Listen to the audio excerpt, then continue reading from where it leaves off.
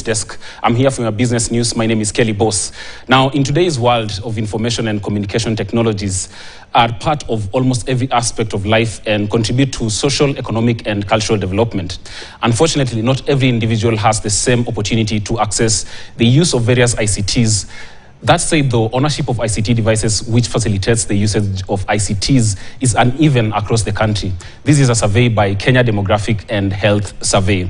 And so these ICTs are one of those, needs right now for a country to develop both economically and socially. ICT becomes very key, and that is mixed with previously in the industrial era, it used to be infrastructure. Talk about roads, talk about electricity and everything. But right now, even with electricity, you now need to, integrate your ICTs. And so here are just some of the, percentages and some of the, the ownership of, in terms of phones. You'd find males versus females. You can predict that.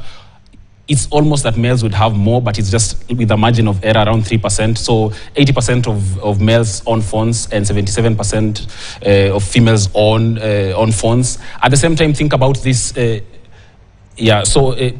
though there is that difference right there, there's also ownership of smartphones.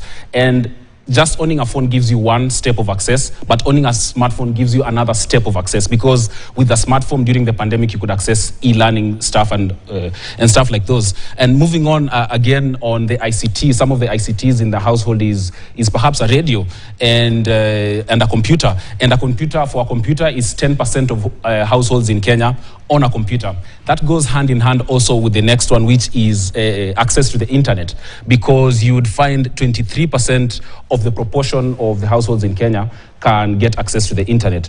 All this is a report that, sort of projects our ICT outreach in Kenya, that represents our, economic growth or social involvement in ICT. And then proportions of individuals who used the internet. This is just 56% males and 44% females.